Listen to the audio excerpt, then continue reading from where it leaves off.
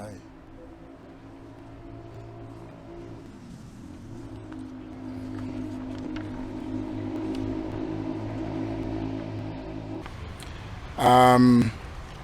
I've called you here this afternoon to respond to an issue that has been exercising the minds of many Kenyans, and also to put the record straight.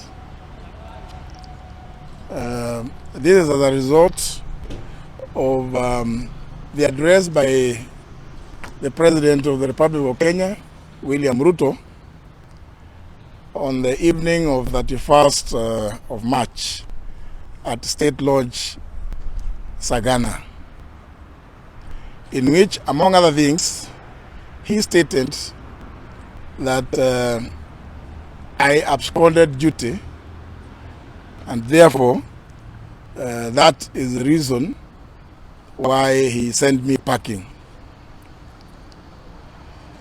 So here is my response. I did not abscond.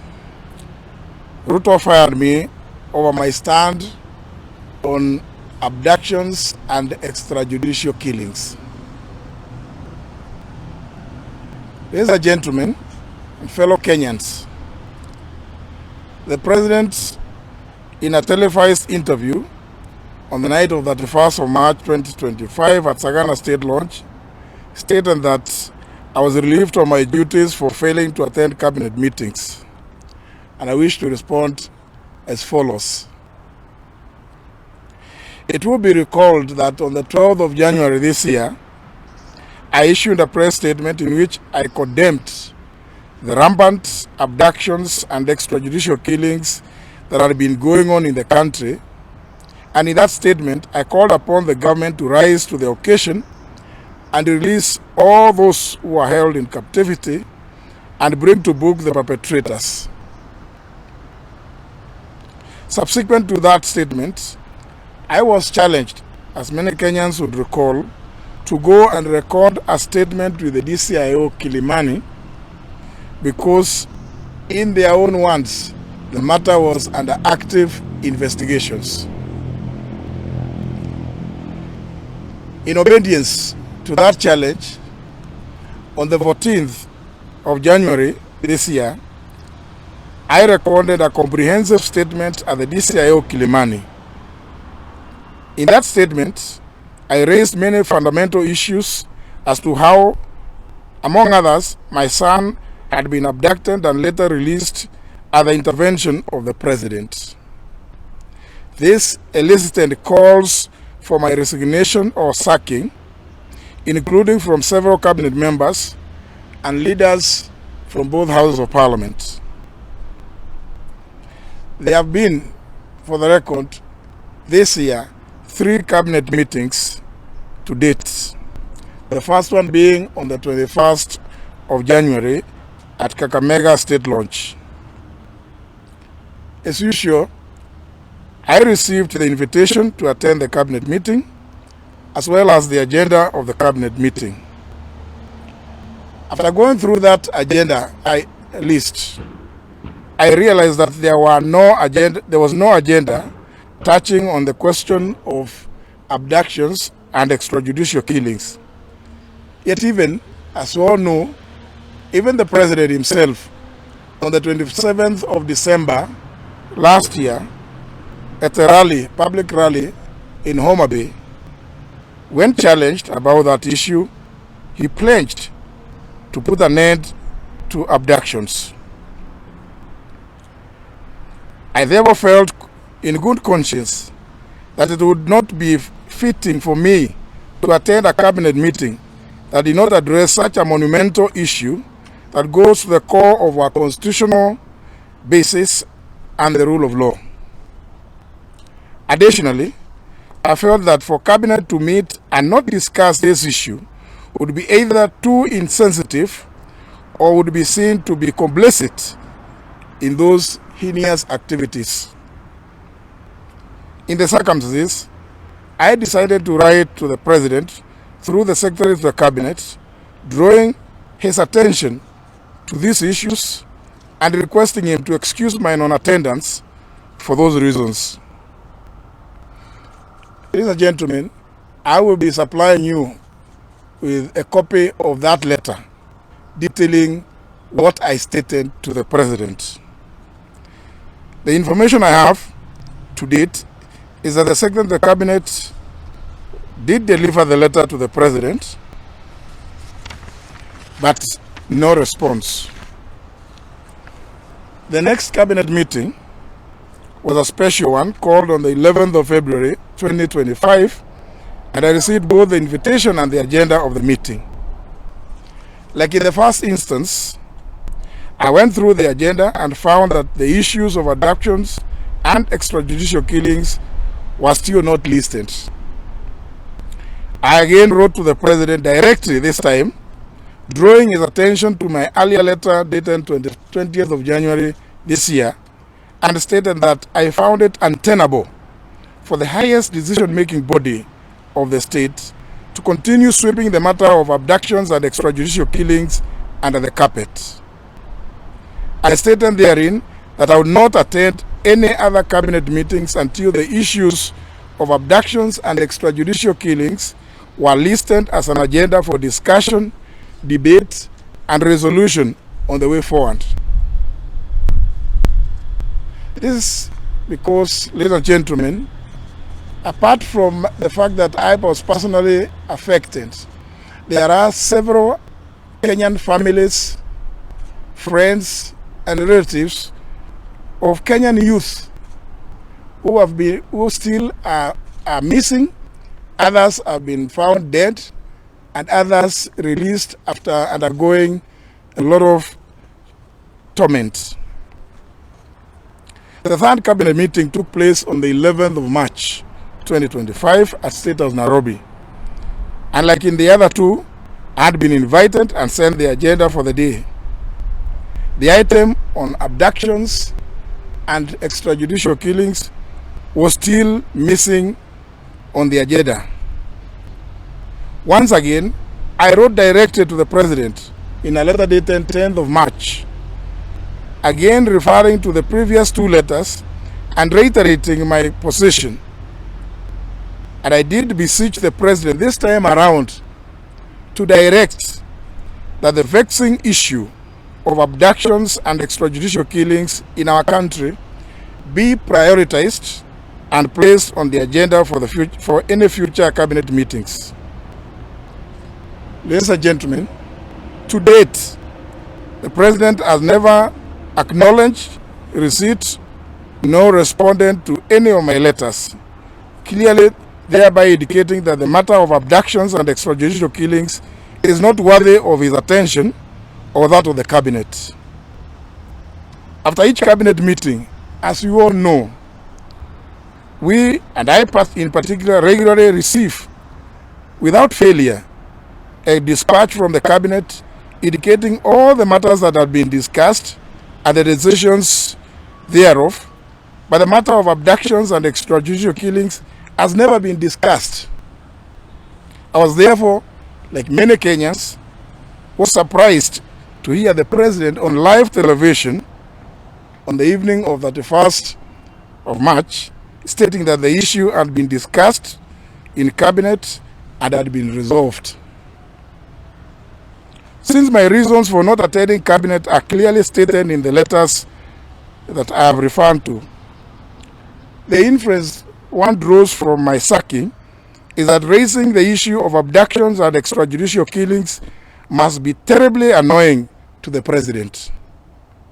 It is no wonder that those closest to the President have variously been in different fora calling for my resignation and or sacking. From what I've stated above, it is clear that what the President has said about my not attending cabinet meetings is untrue and perhaps confirms what we have been seeing on social media, where many Kenyans are overwhelmingly doubting anything that the President says.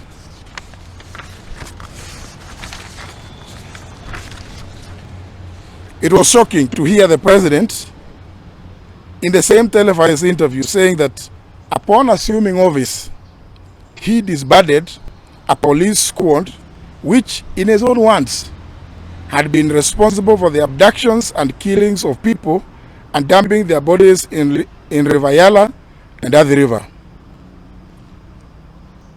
The question all of us are asking is, if the president knew of the existence of such a squad that committed such heinous crimes, should the members of such a squad face the full weight of the law for the crimes they have committed, indeed murders, if only to give relatives of the deceased some measure of justice for the lives wrongly and wantonly taken away by that squad or members thereof?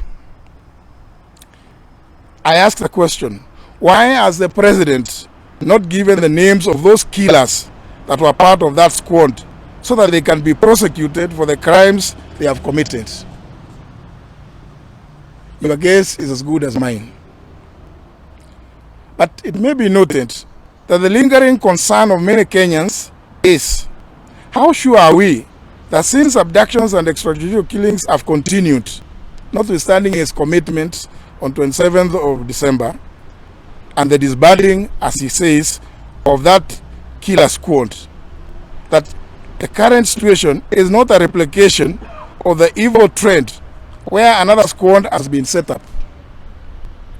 When my son was abducted, all efforts to trace him and get him released from the various security agencies in the country proved futile, until when I went to the president himself and he called the Director General of the National Intelligence Service. Then my son was promptly released. It is therefore not rocket science to know that my son and many other young Kenyans were in the custody of that same squad and or the Director of National Intelligence Service with the knowledge of the president. Because how possible would it be that the president calls that director and my son is immediately released? I dare to say that it is evident that to date, none of them has ever denied any of the contents of the statement that are recorded with the DCI, which is material evidence should there be a judicial process. There is no doubt that I was sacked because of my stand, a very firm stand on the abductions, on the issue of abductions and extrajudicial killings, and not because of the so-called absconding of cabinet meetings. But I dare say this, if the intention was to silence me, unfortunately, they have dialed the wrong number. For I will never tire of fighting for the rights of the people of this republic, no matter what it costs. Thank you, ladies and gentlemen. Merely to take the issue that the president has raised about competence or incompetence, for me, is a side issue. Is trying to divert attention from this monumental issue of abductions and extrajudicial killings. But, ladies and gentlemen, I am compiling a report to address that issue. But it is not for me to defend myself on that accusation. I will be presenting before Kenyans a scorecard of all that I did, and let Kenyans judge for themselves.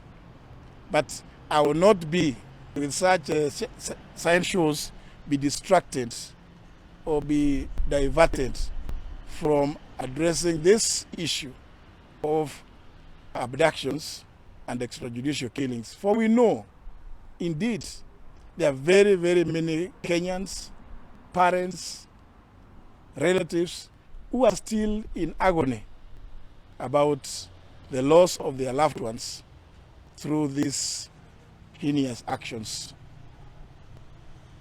Yep, ma'am? Good afternoon. My name is Sharon Omani. Yes. Yeah. Would you say that this action by the president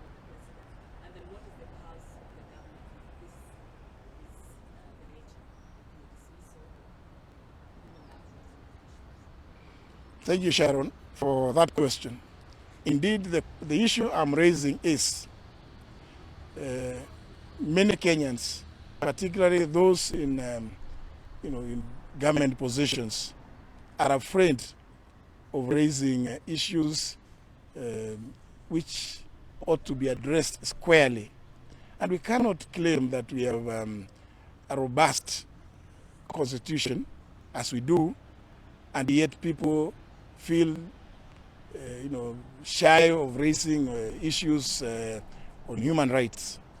Indeed, I may just wish to inform that representing the Republic of Kenya, the government, we committed ourselves at the United Nations to end what are called forced disappearances. Kenya is a signatory to that. And I did, as Attorney General, represent the country in making that commitment. It's for that reason that, among other things, that I continue to champion this issue. Thank you, Sharon. Steve Ochina for the Daily Nation. Thank you.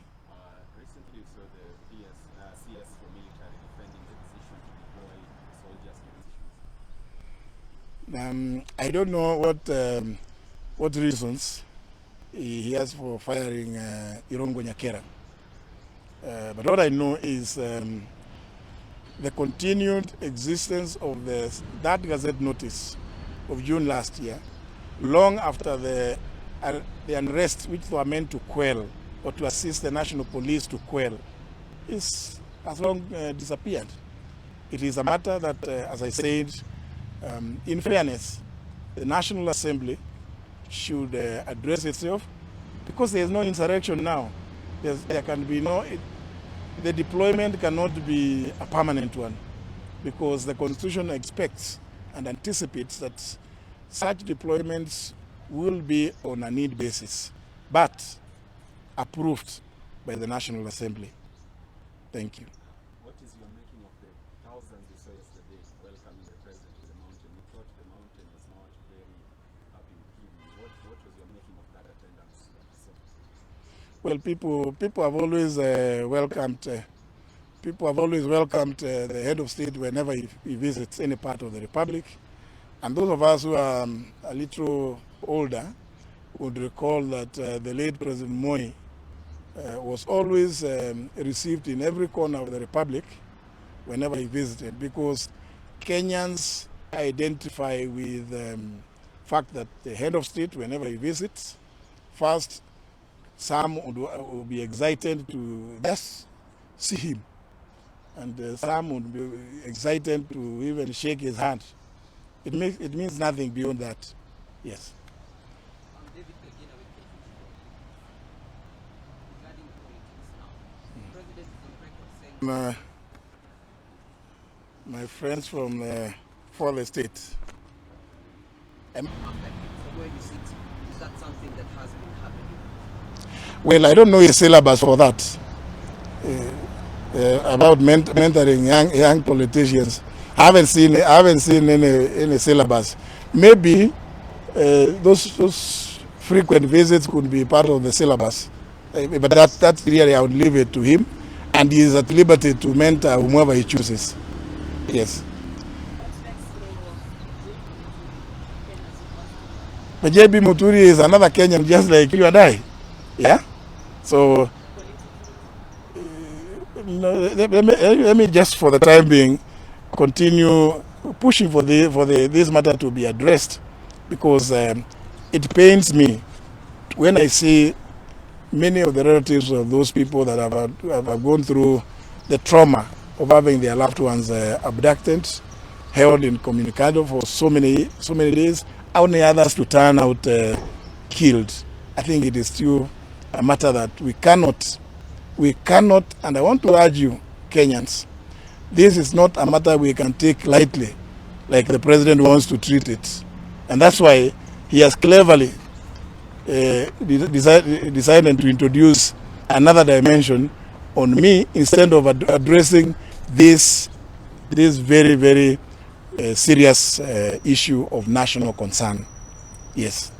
Thank you very much, and we appreciate your attendance. Thank you.